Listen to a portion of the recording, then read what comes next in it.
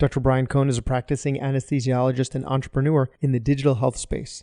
In 2015, he co-founded Miami Anesthesia Services, a concierge anesthesia company throughout South Florida. Dr. Cohen acts as administrative chief of Miami Anesthesia Services and chief of their management service organization that supports other independent anesthesia practices throughout Florida. He's the co-founder and chief medical officer of Adaptrack, a medical risk-focused digital platform for clinicians. He's also the co-founder and chief medical officer of CMEfy, a platform that acts as an engagement and reward tool for clinicians co-learning with each other and within organizations, and on podcasts. Additionally, Dr. Cohen is the specialty medical director for the Preferred Anesthesia and Pain Management Program of AMS-RRG and AM Best A-rated medical liability company. So this is a wide-ranging conversation, starting with what is a concierge anesthesia practice? Why he started an MSO if he has no intention of selling said MSO, and then we move on to the heart of the conversation, which is the digital space. We discuss Adaptrack, which creates CME accredited content for physicians that is specialty specific based on trends in litigation to help us manage risk. And we end up on how you all are going to start getting CME credits for listening to this podcast and reflecting on what you learn via CMEfy.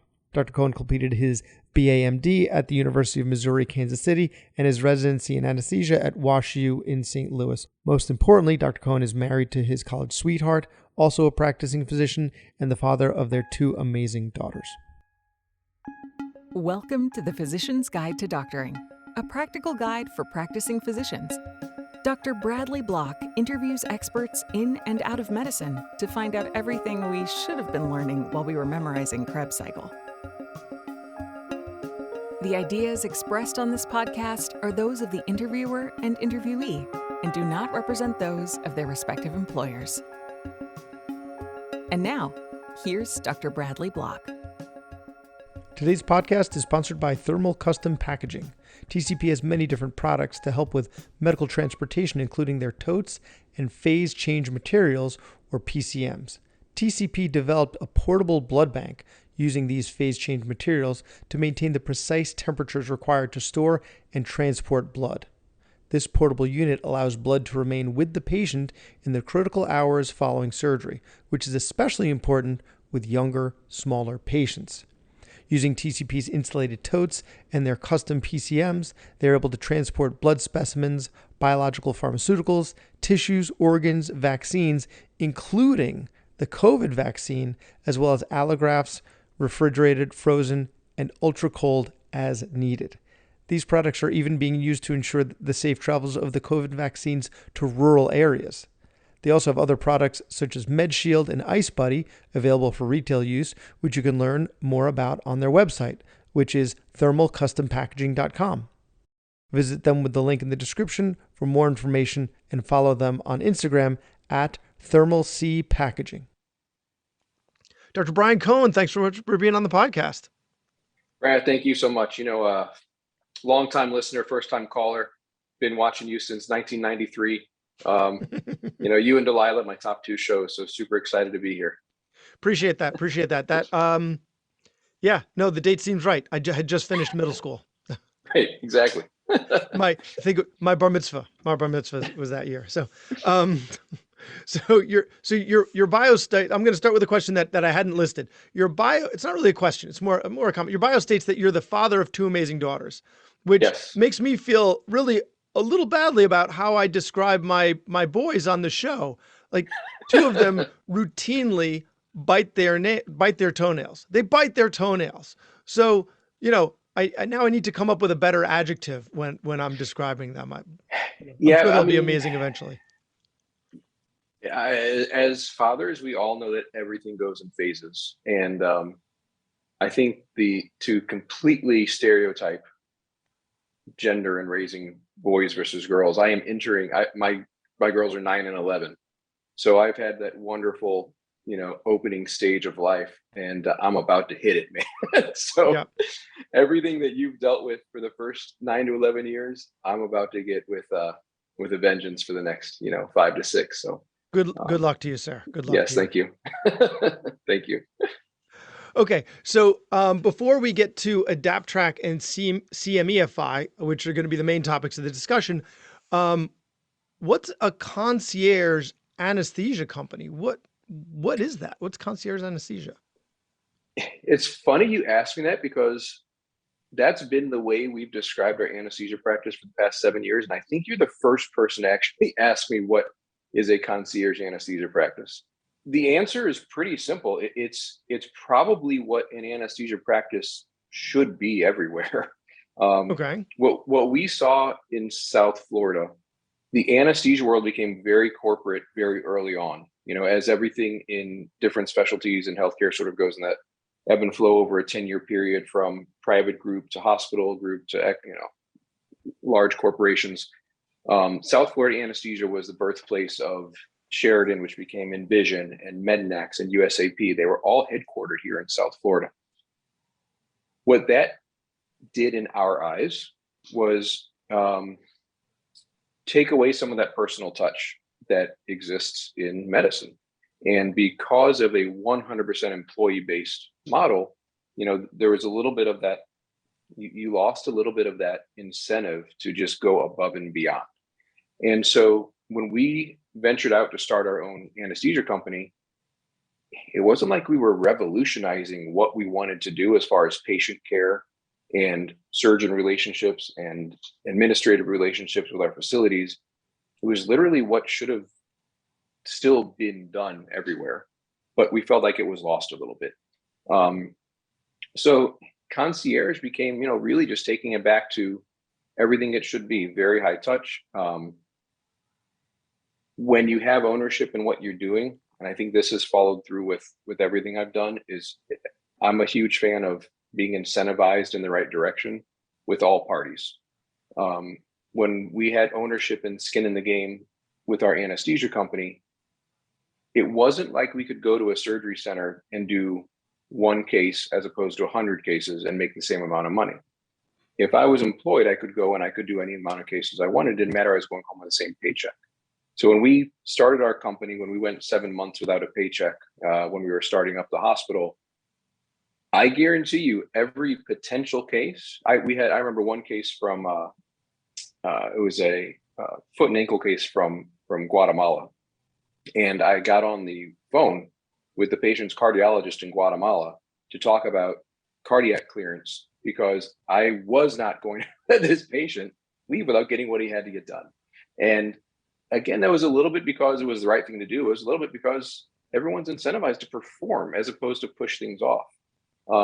And that's really when we set that as our culture, and made sure everybody who was joining us and everybody we were partnering with, felt, believed, performed the same way. That's what's allowed us to survive down here in what we call kind of the belly of the beast of these large corporate companies, where we are the ones that actually are still incentivized to perform at that level that we think is whatever you want to call concierge. So maybe a boutique anesthesia firm or company or practice. Yeah. Yeah. Like high touch, it's small, boutique, but you might not want to call it boutique, because then that seems a little maybe trite or yeah. I mean, I think also in medicine. Service.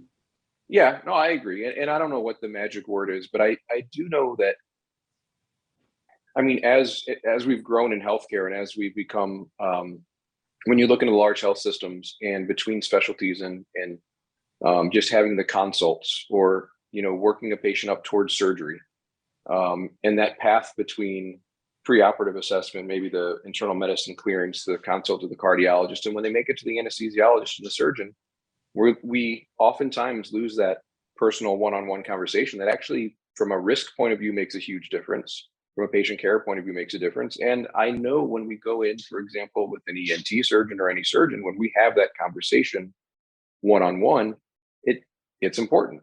And when you move outside of that kind of high touch, whether it's between myself and the patient or myself and you're losing an aspect of medicine that's still pretty important to have. And half of our healthcare system has moved in the direction of an employed model and half hasn't. And there's pluses and minuses to everyone. And it's about, finding what's right where you are and making the best of it. Well, you're speaking to the choir here, right? Because I have a podcast that like a third of the episodes are about communicating with patients and communicating with colleagues, mostly patients. So yeah, I get what you're saying. It sounds like it's even a patient safety issue. Like you're motivated Yeah, to have more communication with the patient, have more communication with the surgeon, and that can only lead to better outcomes. yeah, absolutely. So you're the chief of the MSO. So anytime I've ever heard about an MSO, it's been as a way to take the management out of the practice so that it can then be bundled and say sold to private equity or sold to a another healthcare management company, as a way to simplify outsourcing. So what you told me before the show that that's not really the case with you guys. Yeah, I'll sort of tell you the path that took us even to forming an MSO that we didn't even know. I had to Google, the three letters before we decided what we were even doing. And I think it all stems back to when we decided to actually go out on our own and form the anesthesia company. We were under the assumption that this is something like people do all the time. Like there's a playbook, kind of like when you have a baby. We get that playbook when the baby's born, right? It tells you how to parent. Uh, Much of the same manner, there is no playbook for starting an anesthesia company.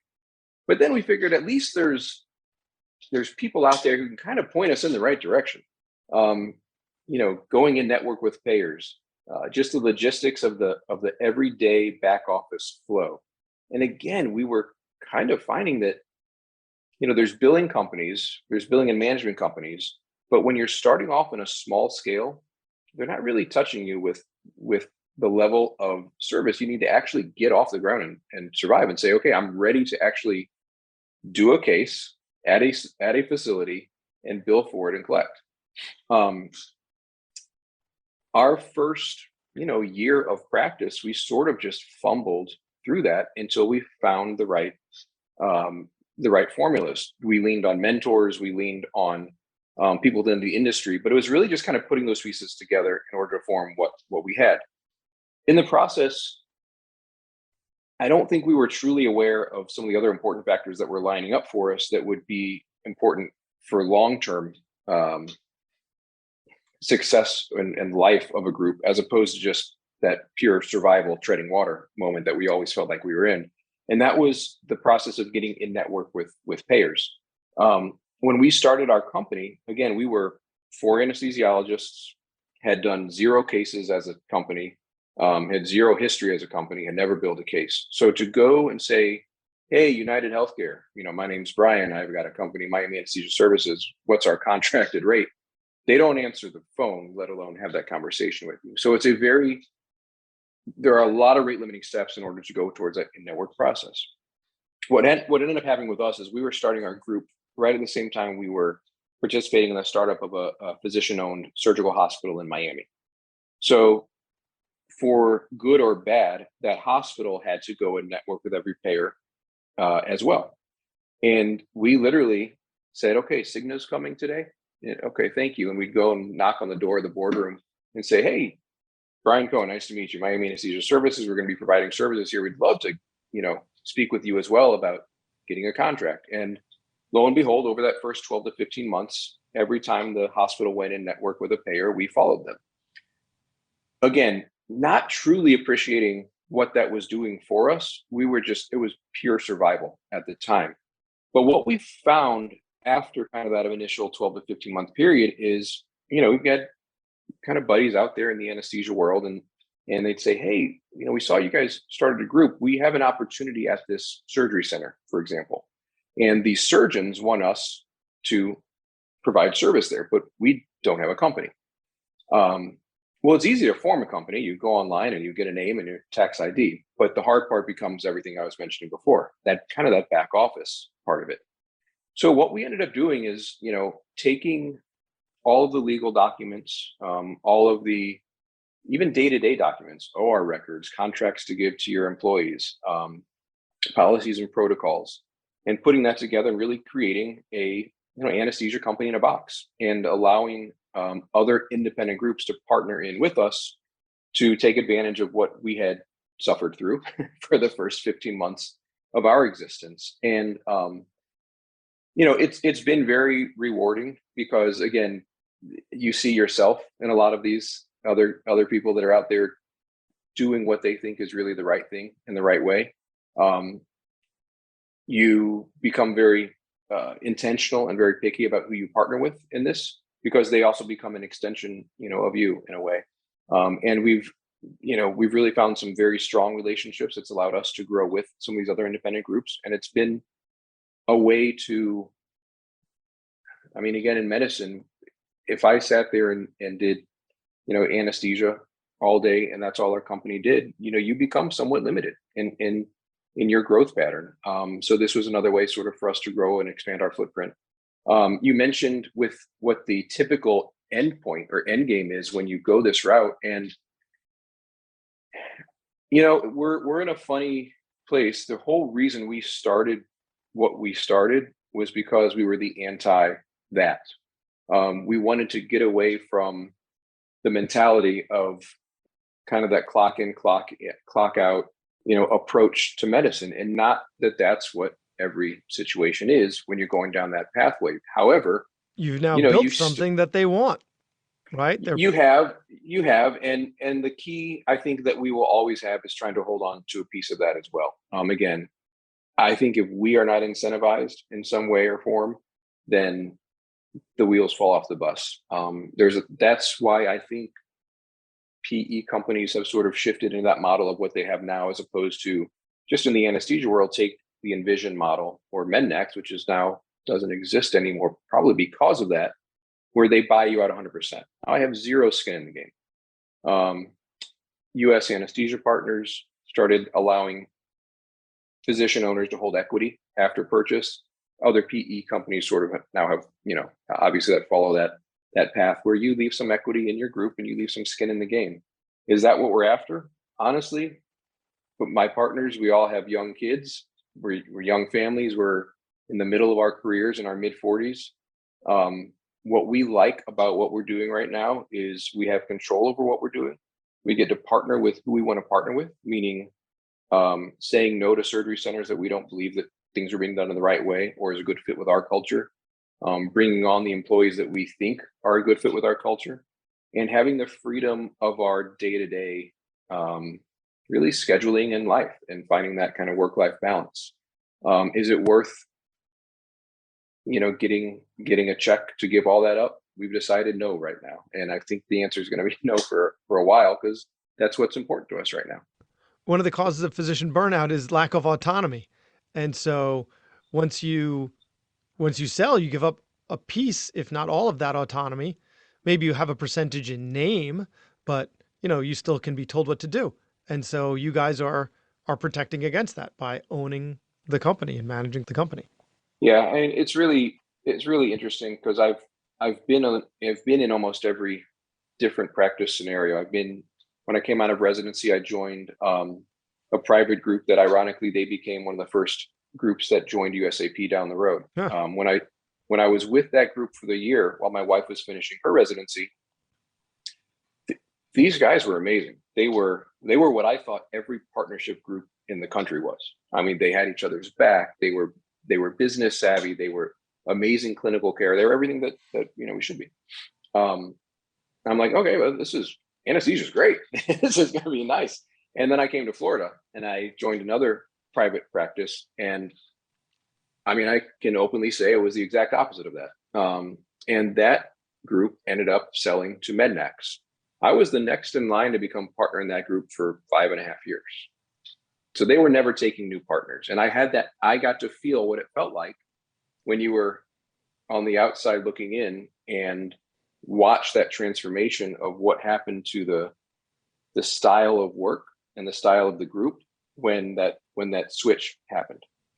And then I stayed in that group for another 3 years, and that's when then I came out and started my own group. And over these settings and over the years, and I've talked to not just people in the anesthesia world, but other specialties as well. My brother's a retina surgeon. He just went through a deal with a PE company, and every single group has their own unique factors.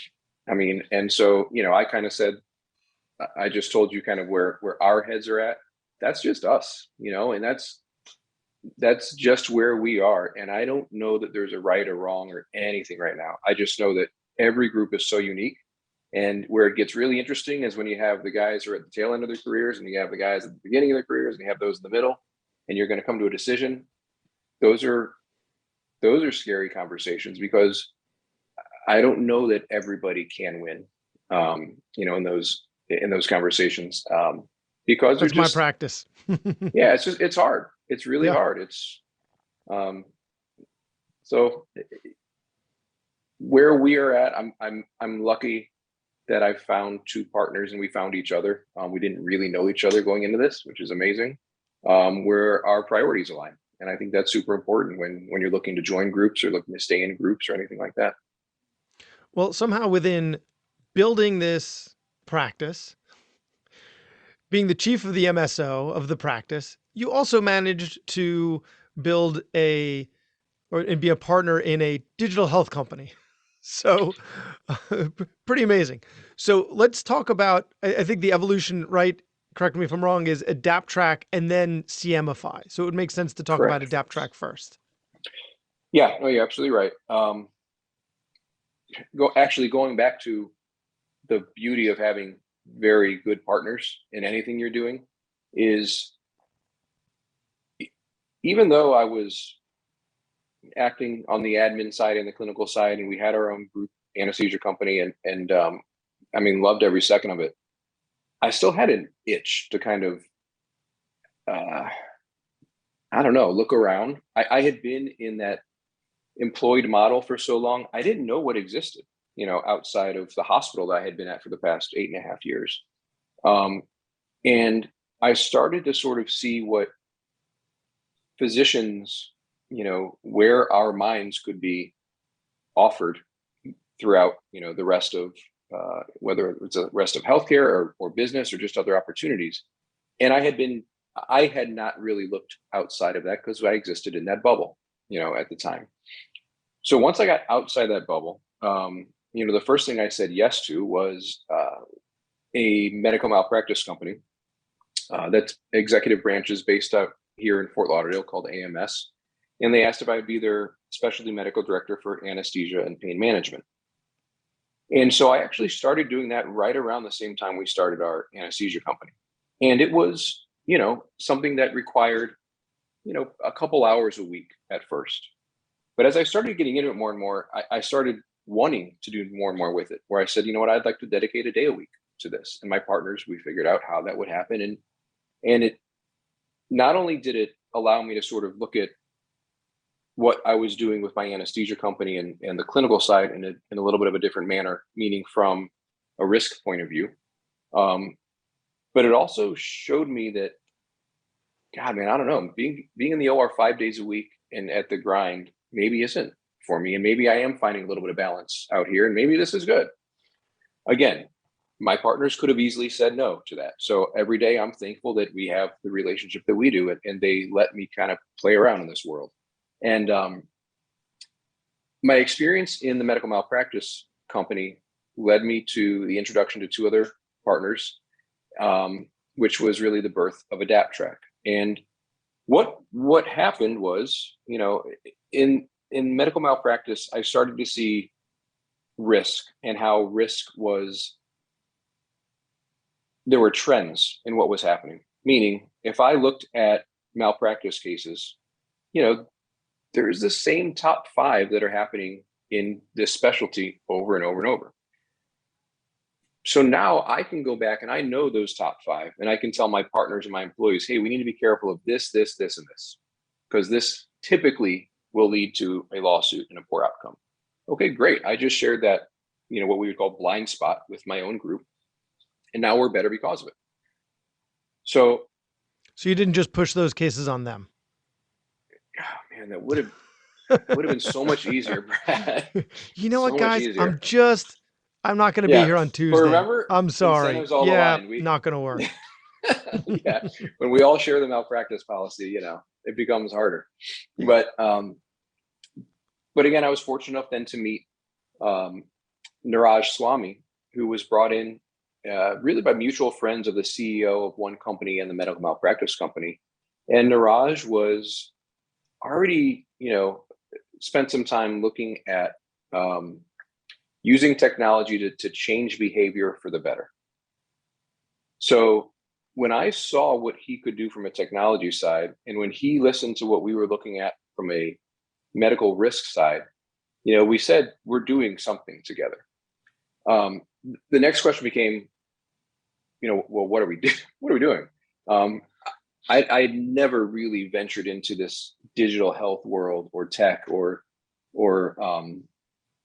anything, but I had started to appreciate the ability to problem solve from a product standpoint and from a flow standpoint, coming from the startup of the anesthesia company and the startup of the hospital. And what we found, and this was 2018 leading into 2019, there were a ton of apps out there. There were a ton of tools in healthcare, obviously, but there weren't that many for physicians. But there was all these tools for patients, tracking your diabetes, better habits. There are all these apps for EHRs and health systems and hospitals, but there weren't that many that were there to actually benefit a physician or the clinician or anybody that was out there doing that's around the time that my podcast started, and there were not that many now there's a ton, and as I've said before, I don't appreciate the competition, but at that time there were not that many that were geared towards physicians. Everything was patient facing because that's the biggest audience. Right. But back in 93, right? There's value back in 93. Yeah. Back tell when me about it. I know. So my Commodore 64. That's right. So that really became my focus and my job within Adaptrack was we're doing something that's benefiting us. And sorry. Could you elaborate? What is Adaptrack? Tell the audience. So what we ended up creating was a digital risk awareness tool. So taking what Niraj was doing with human behavior and technology and taking what we were seeing with risk, we thought there was a way to essentially present micro learnings to physicians in a way that essentially presents them the blind spots that exist in practice, where they become more aware of that and over time change their habits and behaviors in a less risky way. Now, that doesn't just happen. We don't just log on and read stuff for the good of our people. We have to be tied to an incentive. What happened was that incentive became continuing medical education credits for us. So now we had an incentive out there for physicians to engage. And the next challenge became, how do we want to engage? I don't want to sit and read 50 PowerPoint slides. I don't want to sit and read 3 pages. I don't want to sit and read literally a paragraph. I want 3 sentences. Tell me how not to get sued on this case and let me move on with my day and give me that CME credit for doing it. I don't even want to read their sentences. I just want my eyes to be closed and someone to whisper in my ear. We did that too. So we did audio, we did video, we did, text-based. You could speak it, you could text it, you could write it, you could listen to it, you could call on your phone, and essentially on your ride home, you could listen to your risks and reflect on how those risks will apply to your day-to-day, and you earned your credits. Okay, so these are specialty specific courses. So what you guys do is, because I apologize, I'm not quite understanding, is you go through the trends of medical malpractice. These are the things that people are getting sued for in your field right now. This is what you need to know. And then in order to get the credits, you need to reflect on that. And what reflect on that means, we're going to get into in more detail in a little bit. Exactly. That's exactly right. And the way we bring it into specificity is through the NPI number.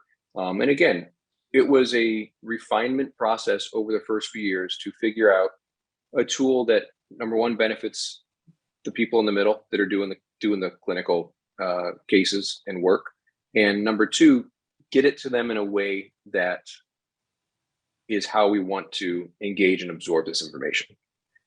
We didn't want to give anybody one more thing to do. And over time, Adaptrack has become more and more purely risk focused. It was able to bring in risk out of 3 categories: clinical, administrative, and personal. personal centered around burnout, administrative was documentation risk, and clinical is just what it sounds like.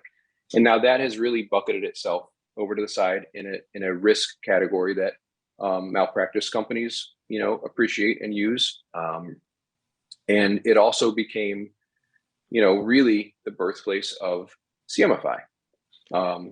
So that sounds like, hey, we're creating all of this content for people to consume and get credits for, but wait, other people like this Brad Block guy is out there also making amazing content, and we can use those and they can do the same thing to get CME credits for their listeners. Yeah. So we don't just need, you guys don't need to be the content producers anymore. You just be the platform that we use. Correct. And it became less about content. And this is where we kind of have to shift out of what we're used to in the CME world and in the learning world. And I'll take one step back, and what really triggered, that transition from the pure Adaptrack user experience as a web-based application to CMEfy was the pandemic. And Clubhouse blew up during the pandemic. Is Clubhouse still a thing? I don't think so. I don't know. Yes, it is. Yes, it is. But I haven't been on it in a while. But at the peak, it was amazing. It was thousands of people on a 100% audio-based app where you were listening and learning with each other. And being in the healthcare world, you could easily delve into that healthcare space within Clubhouse. And we logged on there and we said, oh my God, there's 1,000 nurse practitioners in this one room talking about this one clinical case and learning together. Why aren't they getting credit for this? And the challenge then was, how do we bring that previous experience into things that are already happening, into learning moments that are already taking place? And that's when CMEfy, which is purely a technology tool, brings CME content into the moments that matter to us, that we're already having. And the premise is, what we realized is physicians, we are learning all day, every day. Every conversation we have, we're learning something. The setting in which we're learning it is we're not forced to be in the traditional classroom anymore in order to learn something. So I get that we're consuming content in all different places, right? What I don't understand, because the AMA is the one who regulates what gets CME credit and what doesn't get CME credit. So what is it that they've decided gets credit? Because it's not, right, listening to my podcast is not what gets credit. It's this reflection that you guys keep talking about. And so was that something that you had discussed with someone at the AMA and said, you know what, we're going to create this new way to decide that someone's learned something? Or was this already present somewhere in their decision-making for what qualifies as credit, and you guys just extracted it? Sure. Well, so with the AMA, I mean, you have internet point of care credits, and that's what CMEfy brings in. CMEfy brings in CME content and allows you to reflect on how that applies to you in your day-to-day. And that's what generates the credit. Internet point of care credits have been around. That's what UpToDate is. That's what Doximity is. I don't necessarily need to live in my EHR where UpToDate is. I don't necessarily need to only learn from an article one of my friends wrote in on Doximity. I can learn elsewhere. I can do searches elsewhere. I can engage with learning moments anywhere, and I am. Appreciated, but sorry, I just because we're running a little short of time, so I'm trying to get what CMEfy is all about. And so let's use what our discussion about, say, the MSO as an example. If you were going to create a CMEfy moment for this episode and wanted to use the MSO, what would I do? So what we did with CMEfy was built this technology tool that essentially allows, let's say you as the podcaster, right? You as the host, and you have your host account. Everything sort of lives with a link. So you have your hosts and you have your learners. your learners are your listeners, right? They're listening and learning from you and your podcast about the MSO and our discussion. They need to access this link in order to click on it, engage with this piece of content that has been CME accredited, and reflect on it. And by reflecting, you're prompted to do two things now. You're prompted to reflect, what did you learn? And what are you going to do with it? How are you going to apply it? You're reflecting in and you're reflecting on. Those reflections and that entire process is what generates a half a credit of CME each. So for you as the host, if you, on this podcast, you're going to have a link, a CMEfy link, any listener can click on that link after they've listened to your podcast, and they can reflect on what they learned. They can apply it to them. They can apply it forward to their peers, their colleagues, and those reflections are going to each generate a half a credit of CME. Those reflections are also going to live in their learning journal forever, so they can go back and see what they've engaged with and what their thoughts were on it, how they plan to apply it. That learning journal is also where they claim their certificate, print their transcript, do anything they need to do. In addition, those reflections that they leave can anonymously come back to you as a host. So now you as a host, you say, okay, I've got 40,000 listeners to this episode, right, Brad? And Of course. 39,950 just clicked on that link because they felt like they really learned something from engaging with this, and they're going to apply it to themselves and apply it to their peers and talk about how they can use this, and they generate these reflections. Now you as a host, to get back 39,950 reflections, that's a lot of information and that's a lot of data anonymously, but that's you get amazing insights as to what your learners, your peers, your colleagues, your listeners actually care about, how they're going to use your information. And that's where this tool starts going from really this peer-to-peer, clinician-to-clinician tool to all the way up to the industry side of health systems, organizations, entities that really are challenged right now on two things.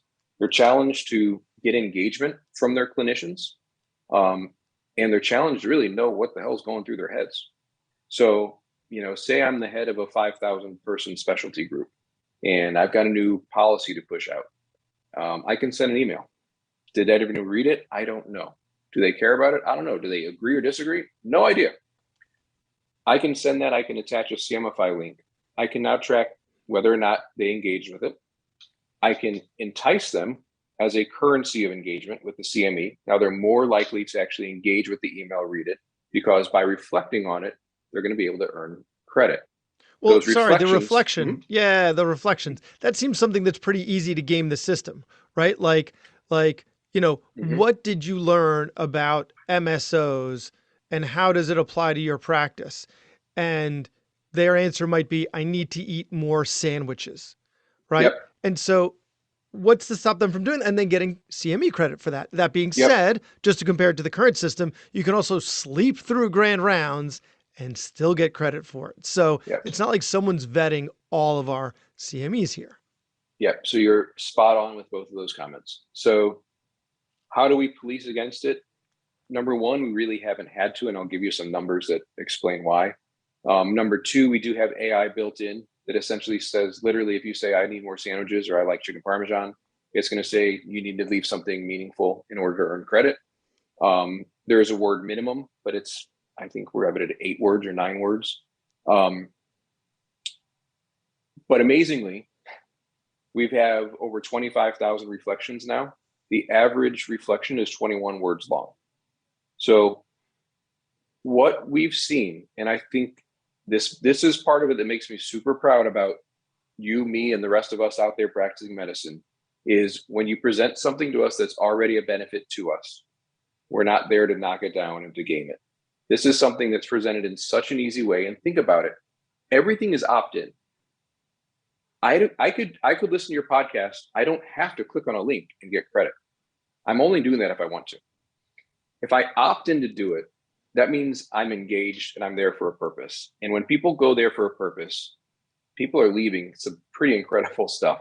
And again, 25,000 reflections in, I could count probably on one hand how many that said, like cool or something and got kicked back.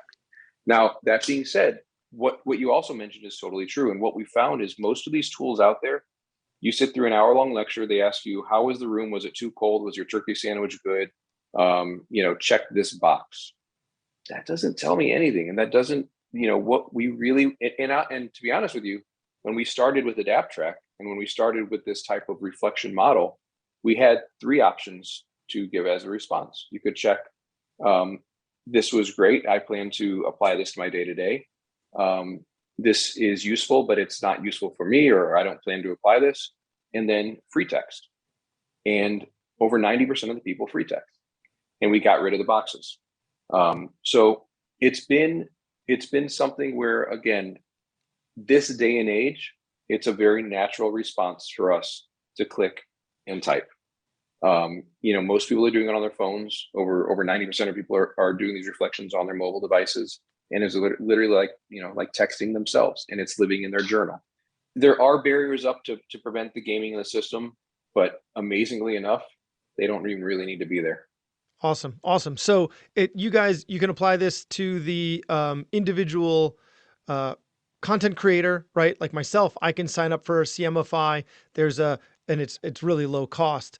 You can sign up as a big practice. So I'm actually a partner in a huge ENT practice.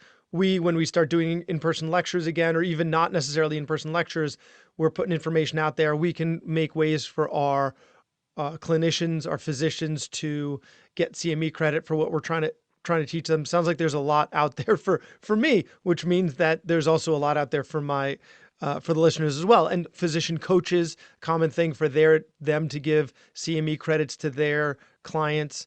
So you really have all of my listenership covered in terms of application. And so if I can't see not having this on my podcast. I'm currently moving and shaking with a lot of different moving pieces on it. But once I get things settled, I can't see not including CMEfy here. So keep listening and you'll be able to get CME credits for these episodes.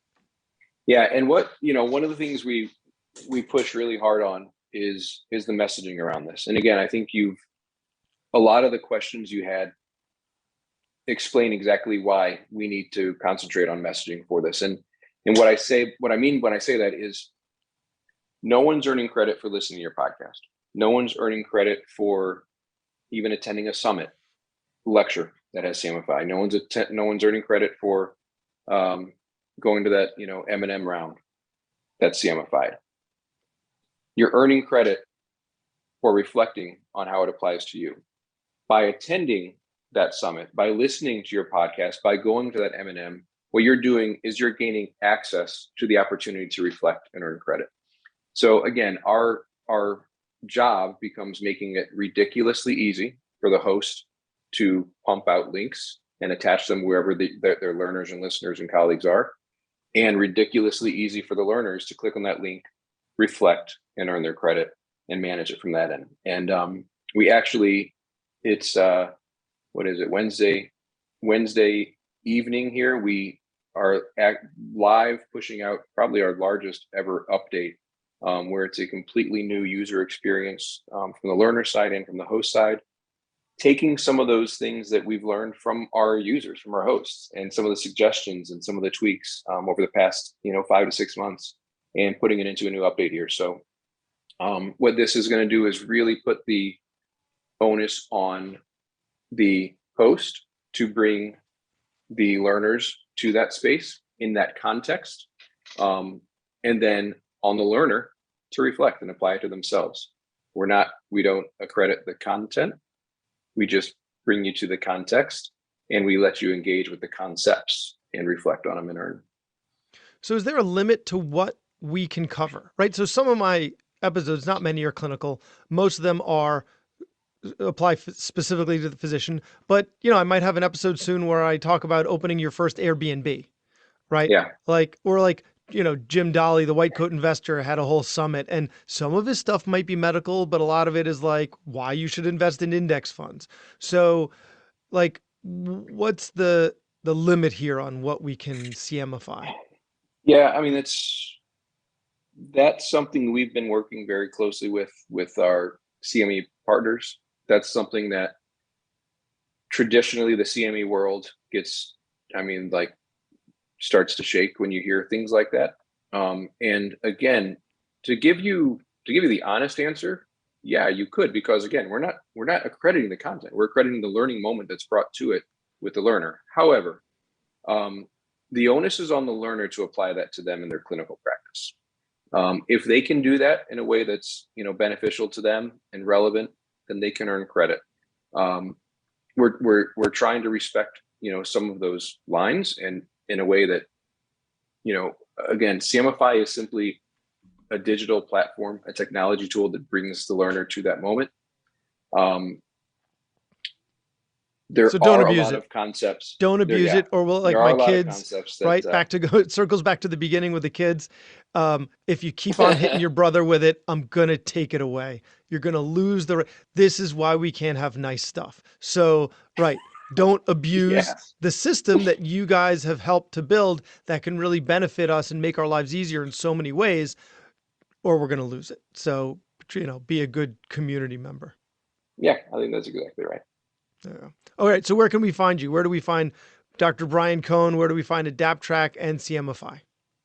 So you can find me in the OR. Go search around. I'm pushing propofol usually. Email brian@cmefy.com. We are on LinkedIn quite a bit. So that's the CMEfy page. Again, my own personal LinkedIn account. Twitter and Instagram, BD Cohen, the number 8. And, honestly, your listeners are the people that are finding benefit in this. We want to engage with them. We want to talk with them. We want to make sure they understand the whys and the hows. They can reach out to me by email any way that was listed. And we one of the most efficient ways is we have open demo sessions twice a week, where anyone can sign up, come in, see the platform, see how it works, and really get signed up right there. So great. We look forward to seeing you guys. Thank you. And thanks for allowing my listeners in the upcoming weeks to get CME credit for the content here. Thanks so much for your time. Thank you, Brett. That was Dr. Bradley Block at the Physician's Guide to Doctoring. He can be found at physiciansguidetodoctoring.com or wherever you get your podcasts. If you have a question for a previous guest or have an idea for a future episode, send a comment on the webpage. Also, please be sure to leave a 5-star review on your preferred podcast platform. We'll see you next time on the Physician's Guide to Doctoring.